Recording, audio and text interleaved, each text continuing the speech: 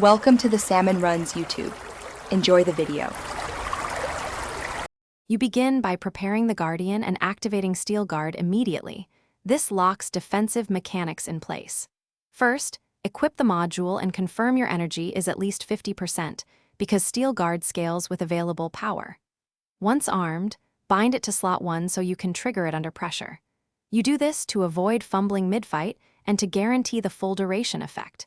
Make sure to disable conflicting buffs that might cancel activation. This reduces interrupted casts and ensures a consistent. You now manage sustain and placement. Position the Guardian to face the main threat, because Steel Guard projects in a directional cone and needs line of sight to be effective. Once engaged, use short bursts of 3 to 5 seconds to conserve energy while holding the defensive frame. Make sure to weave mobility skills between bursts so you maintain cover without losing ground. This approach reduces downtime and explains why timing beats continuous hold.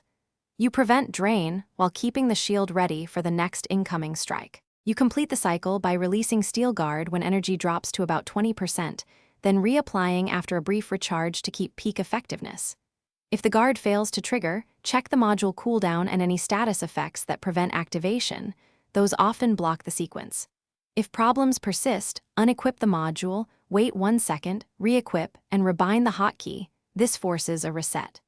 Remember, a quick restart is usually the fix, but inspect for persistent debuffs if the issue returns. Thanks for watching. Consider subscribing if we helped you.